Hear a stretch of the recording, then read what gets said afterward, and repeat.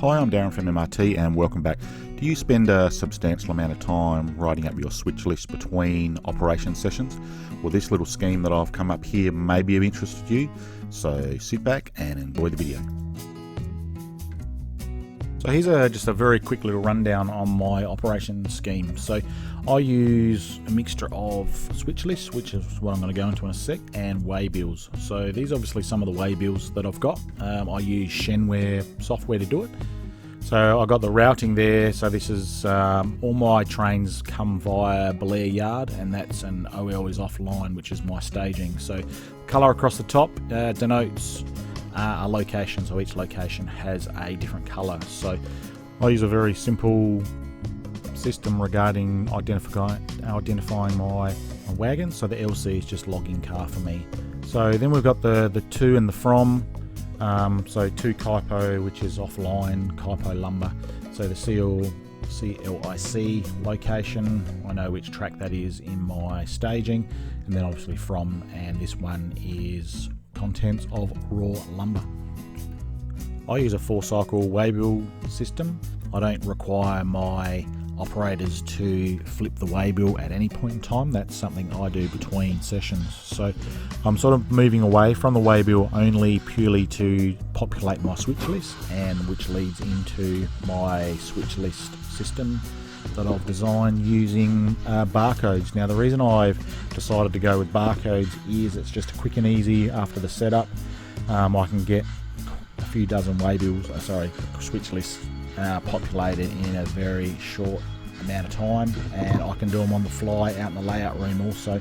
No writing required, just a simple little program that I came across and adapted to myself. Here's a copy of my switch list. So as you can see, it's in an Excel spreadsheet. So this is two separate switch lists. So one for the outbound, one for the incoming train. So there's various things you can set up to customize this to exactly the way you want it, so you can make them look as realistically as possible. I'm not saying this is realistic to what some switch lists in the real world are, but this is what I came up with. So all these areas here are all the ones that will populate out with the barcodes, and it's actually very, very quick. So you can just go through, type those in if you want, the date, the conductor. As I said, you can change any of these to do what you want to do. The origin, I've got little drop down boxes, so origin and destination. So this here is a Ready Reckoner type scenario where my operators will have like a little clipboard and a pen, and they'll just quickly tick things off as they go. The waybill I haven't used as yet. All my waybills have a pre-populated number on the Shenware system, but I've yet to use that at this point in time. So moving through the switch list a little bit more, so you'll see the tabs along the bottom here. I've yet to sort of finish them all off with every destination, but I've got a tab for each individual location at this point in time. So this is my harbour, the Alpine, and the staging. So the only one I don't have is, what I'm looking at doing is probably the Belair Yard. So the reason I've done that is it just makes it very, very easy between sessions. You can just restage, flip the cards, and then just scan away to your heart's content. So it's once it's set up, I'm finding it's probably taken half the amount of time to write the switch list out. And I'm already running short trains up to probably 12 wagons. So you guys and girls out there that are running big long consists would find it to be a hell of a lot quicker. So what we're going to do is have a quick look at the sheet that generates all these barcodes. Now I won't go into the formula and the macro code that sits in behind it. As I said, I didn't actually write it. I found it online and I've just adapted it to what I want to use it for. So the barcode format is what they called code 128, which is a form of a barcode. So the macro code sort of sits in behind here, and it does all that magical stuff which I have no idea about. So the formula then sits in here. So this is when the actual sheet, when it is set up, needs to have certain, as you can see, certain codes written into the top of it.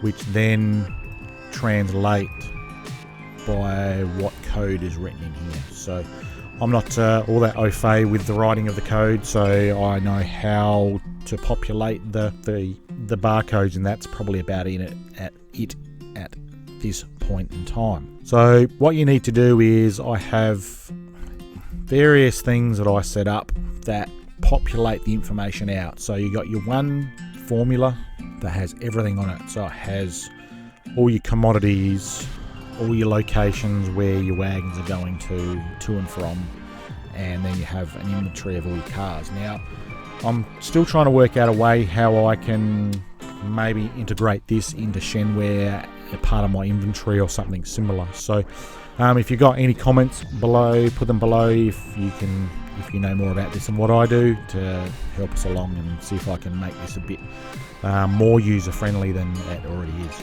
Let's just add a very quick code. So as you can see, I've added sort of everything that goes along here. So with that, I'll just go, so we go ABC-123. So that is the barcode that's going to come up there. So you can see they call it the barcode string. So you can see that the barcode can't just be written ABC-123. It's got some quite unique characters each side of it. So the reason why that is so when the barcode scanner reads the barcode, it knows when it's starting and when it's finishing, then to go on to the next one. So with that, you come across to your inventory sheet. So what you can do is you can link it and it just automatically populates across. So also one thing I did put in here, I've got a wagon lookup. So there's occasions where if I get a car card out where then I look on the back of it and it doesn't have a barcode on it. So what I then do is just I can type in and it'll actually look it up. So I know Hopper 586 is there, so it'll actually go like that. So if I go Hopper then 123, you can see it comes up with not entered. So that tells me quickly that if Hopper 123 on my layout existed, that it doesn't have a barcode, so I'll just quickly go and enter it. So from that is, so you can use any of your American codes or any other codes to denote what wagons you want to use.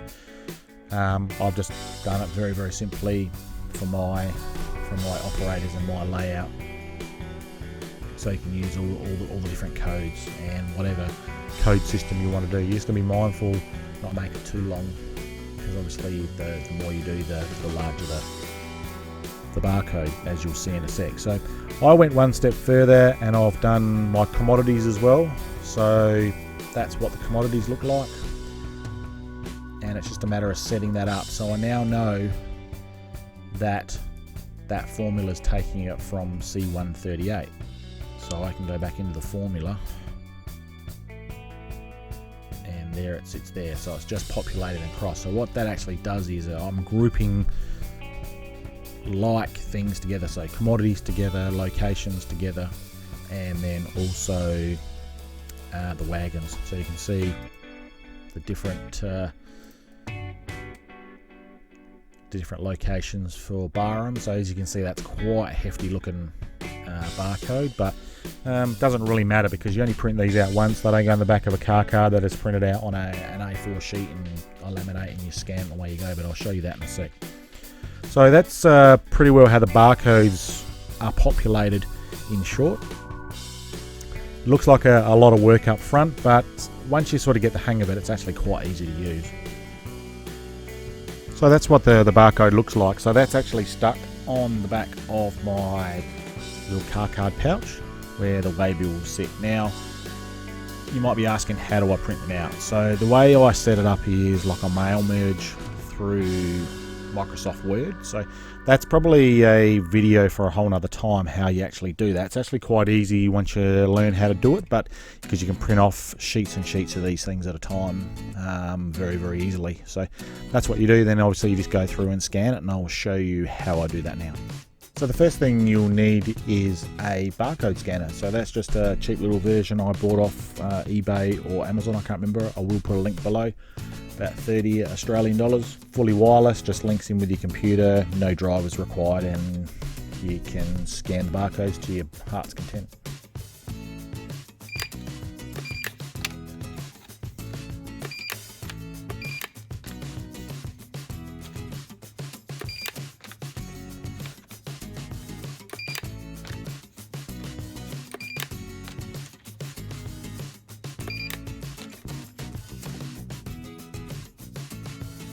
So the other sections of the switch list are the commodities and the consignee. So there's the commodity list in front of you there. So I've just got listed them off alphabetically.